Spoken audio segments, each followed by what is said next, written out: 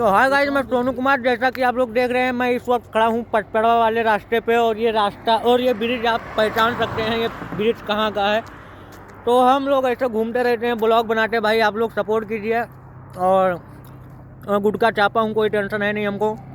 गुटखा खाने से कैंसर होता है, बट मैं थोड़ा बहुत खा लेता हूँ। कमला पसंद, और कमला के अलावा मैं कोई दूसरा गुटखा भी नहीं खाता हूँ। और यहाँ पे कार जा रही है, हमारे पास बाइक है। हमारा बाइक नहीं है, मंगनिया बाइक है। चाप के चलाएंगे अभी, बट सेफ चलाएंगे, कोई दिक्कत नहीं है। और आप लोग हमारा वीडियो लाइक कीजिए, कमेंट कीजिए और सपोर्ट कीजिए हमको। जो है थोड़ा हमको क्या है, बड़ा आदमी बनना है। तो आप लोग हमारा वीडियो लाइक कमेंट करेंगे तभी मैं बड़ा आदमी बन पाऊँगा। और इसी के साथ हमारा ब्लॉग डाइंड होगा। और आप लोग सपोर्ट करते रहेंगे तभी अच्छा रहेगा, आपके क्षेत्र का नाम ऊँचा होगा कि हाँ चलो हमारे क्षेत्र का कोई वीडियो बना रहा है। तो आप लोग सपोर्ट कीजिए भाई साहब। धन्यवाद। जय श्री राम।